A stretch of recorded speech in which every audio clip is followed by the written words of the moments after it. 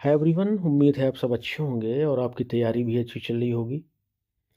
LT grade mains writing exam के लिए आपके लिए हमने काफ़ी सारा मटेरियल कंटेंट तैयार किया है।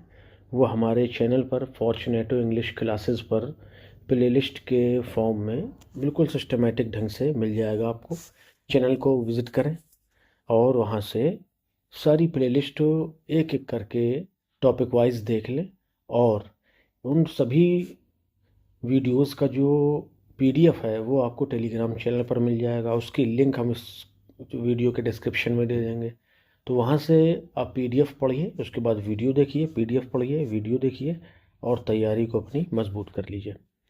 अगर हम थॉमस ग्रे की बात करें ना, तो थॉमस ग्रे पर हम एक पिछला सेशन ले चुके हैं जिसमें हमने elegy written in a country churchyard का इंट्रो भी देखा था। थॉमस ग्रे का भी इंट्रोडक्शन अपन ने कुछ कुछ उसकी भी बात करी थी।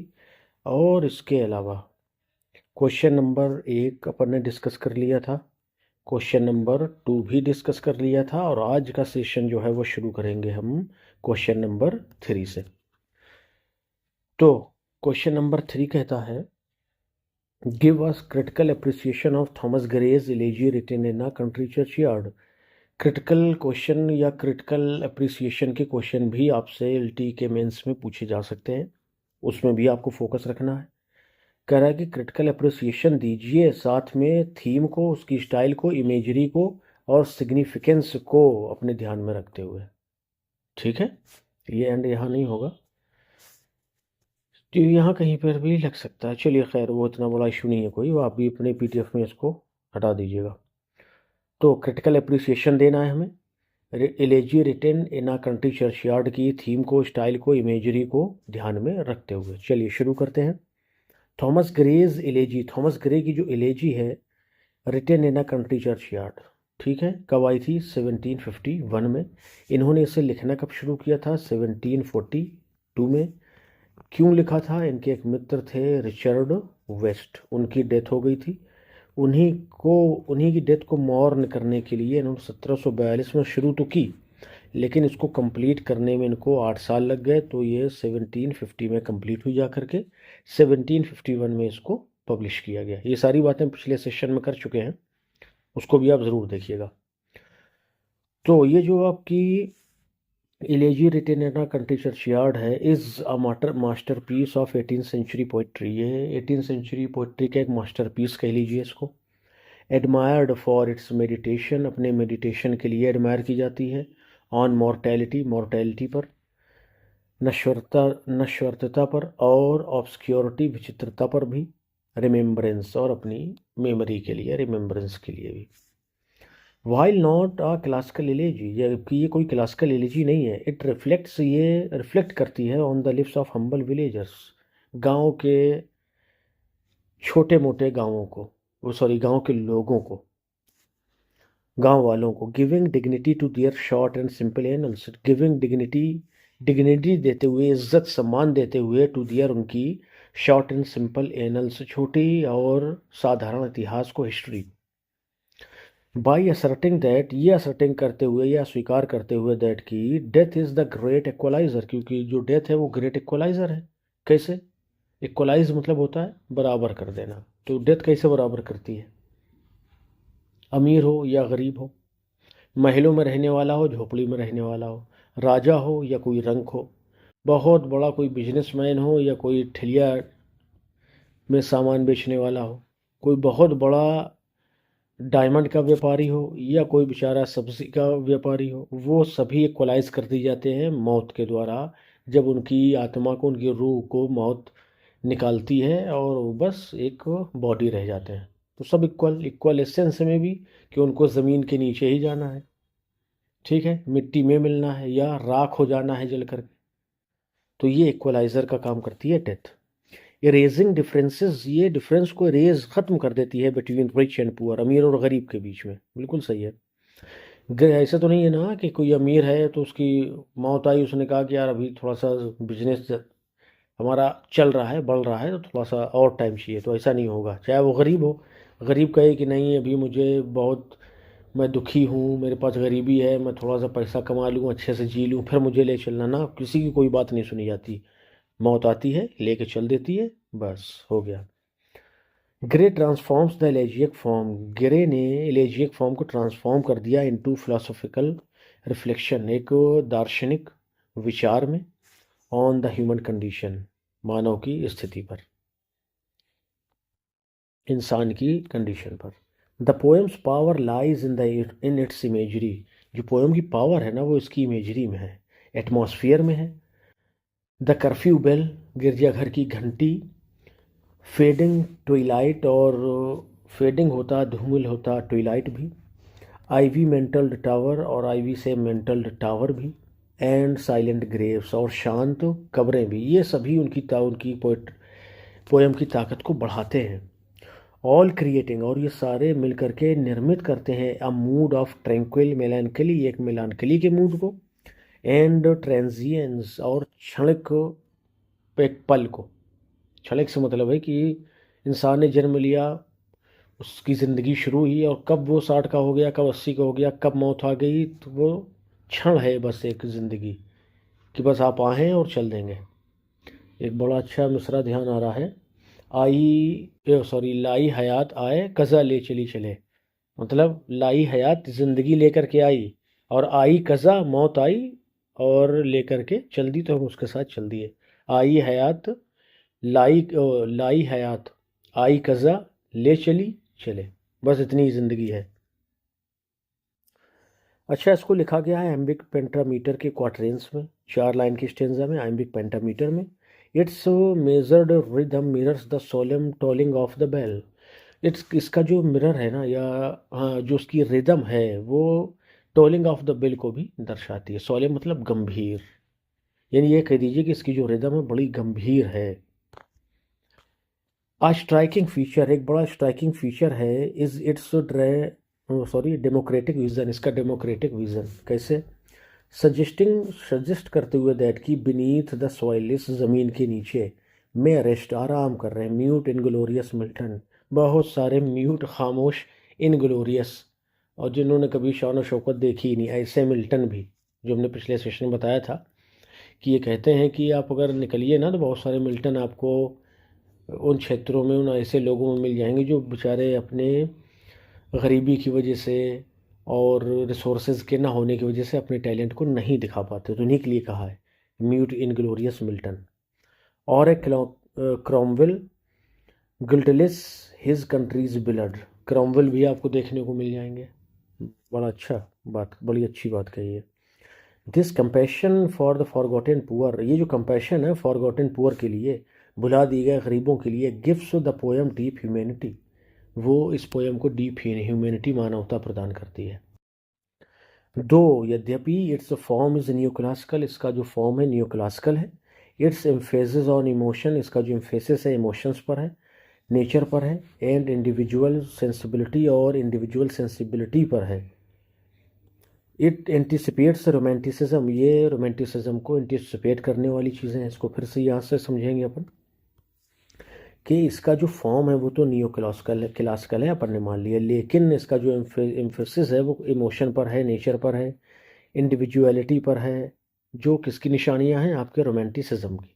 इसीलिए इस पोएम को ट्रांजिशनल पोएम कहा जाता है, और one of the transitional poems या वर्क्स, और जो आपके थॉमस ग्रे हैं उनको ट्रांजिशनल पोएट कहा जाता है कि उन्होंने नियो क्लासिकल और रोमांटिसिज्म को मिलाने में एक पुल का काम किया है, ब्रिज का काम किया है। मेकिंग ग्रे या ब्रिज, वो हाँ ग्रे को एक ब्रिज बना देते हैं किसके बीच में, 2 लिटरेरी एजेस, 2 लिटरेरी एजेस के बीच में, कौन कौन सी, न्यू क्लासिकल एज और रोमांटिक एज।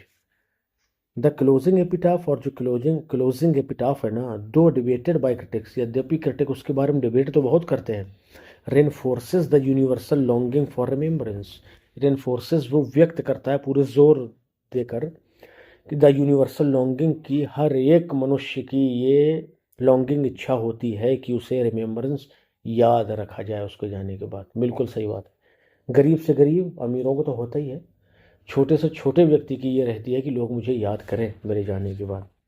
अल्टीमेटली इस प्रकार से ग्रेज एलेजी, ग्रे की जो एलेजी है, इज़ अ टाइमलेस मेडिटेशन, एक टाइमलेस मेडिटेशन है ऑन मॉर्टैलिटी, हमारी मॉर्टैलिटी पर, यानी अमर न होने पर, बैलेंसिंग पर्सनल रिफ्लेक्शन, ये बैलेंस करती है पर्सनल रिफ्लेक्शन को भी विथ यूनिवर्सल ट्रुथ के साथ। सही बात है। इंडिविजुअल भी आया वो भी जाएगा, दुनिया में यूनिवर्स में जो कुछ है वो सब कुछ ख़त्म होना है। तो बात एक है, लेकिन उसमें इंडिविजुअलिज्म भी है और यूनिवर्सल ट्रुथ भी है। चलिए क्वेश्चन नंबर 4 में आ जाइए।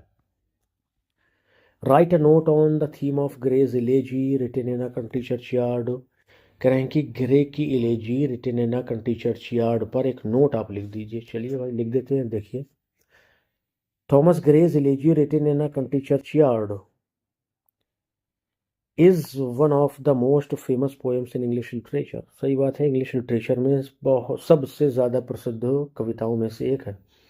The central theme of the poem, इस पोएम की जो सेंट्रल थीम है, इज द इनेविटेबिलिटी ऑफ डेथ, मृत्यु के सत्य होने, उसके टाले ना जा सकने का की थीम है। मतलब जो मृत्यु है वो एकमात्र सच वही है जो आएगा, आएगी ही आएगी ही आएगी ही, हर हाल में उसको टाला नहीं जा सकता है। The quality the equality it brings to all people, और ये अपने साथ हर किसी को बराबर करने की क्षमता लेके आती है। वो चाहे राजा हो, रंग हो, अमीर हो, गरीब हो, अपन बात कर चुके हैं, वो सबको मौत आनी है। सब बराबर है इस हिसाब से, कोई भी ऊपर नीचे नहीं है। चाहे वो सिंहासन पर बैठने वाला हो या कोई अपनी छोटी सी गद्दी में बैठने वाला हो, कोई झोपड़ी में रहने वाला हो या महल में रहने वाला हो, सब मरेंगे। सब डेथ के सामने इक्वल है। वेदर रिच और पुअर, चाहे अमीर हो, गरीब हो, फेमस हो, ऑब्सक्योर हो, फेमस प्रसिद्ध, ऑब्सक्योर जिसको फेमस ना हो, ऑब्सक्योर वैसे विचित्र होता है। एवरी वन, यहाँ रहस्यमय कह सकते हैं, every one must face the same end, हर एक को उसी अंत का सामना करना है। अंत क्या है? मृत्यु।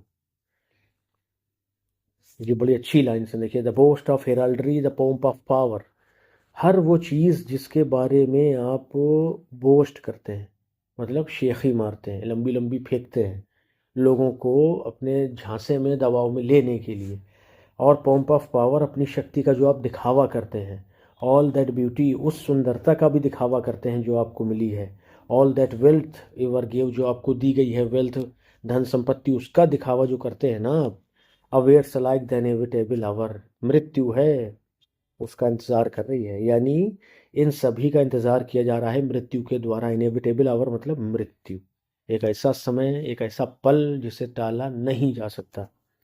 तो आपका घमंड, आपका दिखावा, आपका शेखी मारना, आपकी सुंदरता, आपकी धन दौलत, आपके भाई बहन, माँ बाप, रिश्तेदार, दोस्त, जिनको भी आप कुछ समझते हैं ना, सब छूट जाएंगे। और एकमात्र जो बचेगी चीज़, वो आपकी आत्मा बचेगी। और उस आत्मा को आखिर में पूरा हिसाब किताब देना पड़ेगा कि तुम दुनिया में क्या करके आए। उसकी तैयारी करिए भगवान से, अल्लाह से, गॉड से मिलने की, कि क्या मुंह लेकर के जाएंगे, क्या दिखाएंगे उसको, दुनिया में क्या किया। The paths of glory lead but to the grave, जो घमंड के रास्ते हैं ना, आगे तो जाते हैं लेकिन टू द ग्रेव, कहाँ जाते हैं? कब्र की तरफ, कब्र तक जाते हैं, आपकी चिता तक जाते हैं, मृत्यु शैया तक जाते हैं, कॉफिन तक जाते हैं, कह दीजिए ताबूत तक। ज़बरदस्त लाइन्स, ज़बरदस्त। चलिए आगे देखते हैं। ग्रे रिफ्लेक्ट्स, ग्रे जो है विचार करते हैं, on the lips of simple villagers, गांव वालों की सीधी सादी जिंदगी पर। बरीड इन द चर्चयार्ड, जो बेचारे दफन हैं उस चर्चयार्ड में। हु नेवर रिसीव्ड फेम और वेल्थ, जिन्हें कभी ना तो प्रसिद्धि मिली ना तो धन दौलत मिली, बट लिव्ड ऑनेस्ट, लेकिन उन्होंने जिंदगी जो है ईमानदारी से गुजारी, हार्ड वर्किंग और मेहनत से गुजारी। ही सजेस्ट, वो सजेस्ट करते हैं दैट की death makes no distinction, death जो है कोई अंतर नहीं करती है भाई, between the great and the humble, चाहे वो बहुत महान हो या कोई बिल्कुल तुच्छ हो, किसी में कोई अंतर नहीं। एट द सेम टाइम, और इसी के साथ ये भी देख लीजिए, he feels a sense of pathos, उन्हें बड़ा दुख भी होता है, पैथोज भी उनके अंदर आता है, दैट दीज विलेजर्स की, ये जो गांव वाले हैं बेचारे, who might have achieved greatness, जो ग्रेटनेस को अचीव कर सकते थे, इफ़ गिवन द चांस, अगर इनको मौका दिया जाता, लाई फॉरगॉटन इन देयर ग्रेव्स, लेकिन किस्मत या भाग्य देखिए कि वो ग्रेव्स में, अपनी अपनी कब्रों में लाई फॉरगॉटन पड़े हुए हैं और उन्हें भुला दिया गया है। तभी उन्होंने कहा है ना कि बहुत सारे म्यूट इनग्लोरियस मिल्टन आपको मिल जाएंगे। द पोएम, जो कविता है, ऑल्सो एक्सप्लोर्स, वो एक्सप्लोर करती है द ह्यूमन डिज़ायर को भी, फॉर रिमेम्बरेंस, कि उसे याद रखा जाए। इवन द लोली, यहाँ तक कि जो छोटे लोग हैं ना, लॉन्ग टू बी लव्ड, उन्हें भी लगता है कि उन्हें प्यार किया जाए, उनकी भी इच्छा यही है। एंड रिमेम्बर्ड, और याद रखा जाए। Which is why their graves have simple, इसलिए उनकी जो कब्रें हैं ना, हैव सिंपल इंस्क्रिप्शंस, बिल्कुल सीधे साधे उनमें इंस्क्रिप्शंस लिखे हुए होते हैं। द, उसको थोड़ा और ऊपर कर लेते हैं। द एंडिंग टर्न्स पर्सनल, लेकिन जो उसकी एंडिंग है ना एलिजी की, थोड़ा सा पर्सनल हो जाती है। अब क्योंकि इनको पर्सनल ग्रीफ भी दिखाना था अपने मित्र रिचर्ड वेस्ट की मृत्यु पर, तो वो भी रीज़न हो सकता है। एज द नरेटर इमेजिन्स, जैसे ही नरेटर इमेजिन करता है कि हिज ओन डेथ, खुद की मृत्यु को, कहती जैसा मेरा दोस्त चला गया वैसे मैं भी चला जाऊंगा, मुझे भी दुख है। And accept it with resignation and hope, और वो इसे रेजिग्नेशन, त्याग के साथ में, एंड होप, और आशा के साथ में क्या करते हैं, एक्सेप्ट कर लेते हैं। Overall the poem combines melancholy, poem जो है मेलैंकली को कंबाइन करती है विद काम एक्सेप्टेंस, एक शांत स्वीकार्यता के साथ। यानी आप क्या करेंगे विरोध करके, मौत का कुछ नहीं। अगर विरोध भी करेंगे तब भी जाएंगे, शांति से स्वीकार करके चले जाएंगे तो फिर ज़्यादा अच्छा है आपके लिए। रिमाइंडिंग रीडर्स, ये रिमाइंड कराता है रीडर्स को दैट की death is universal, death universal है। बट थ्रू पोइट्री, लेकिन कविता के थ्रू, मेमोरी, यादों के through, people can be preserve, लोगों को संरक्षित रखा जा सकता है बियॉन्ड द ग्रेव, कब्र से आगे बढ़ करके। यानी जिन लोगों को भुला दिया गया ना, अगर उन लोगों के बारे में कुछ लिखा जाता है, कविताएं लिखी जाती, तो उनको लोग आज भी याद कर रहे होते।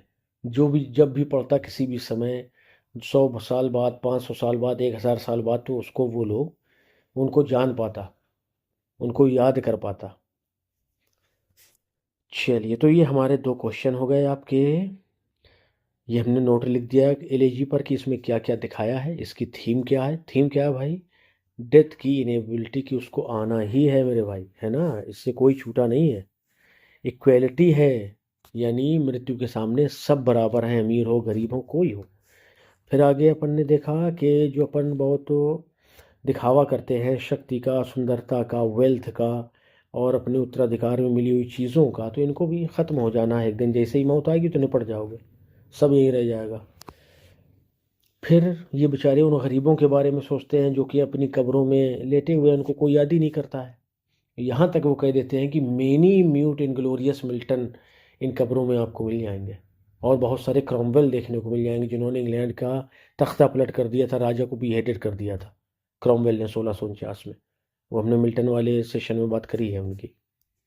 ज़बरदस्त है भाई, इसको पढ़िए, सिर्फ एग्ज़ाम के लिए नहीं, इससे सीखने के लिए। अच्छा, और क्या पढ़ा था अपन ने, क्रिटिकल एप्रिसिएशन की बात कर ली है, थॉमस ग्रे की। ठीक है, तो चलिए मिलते हैं फिर।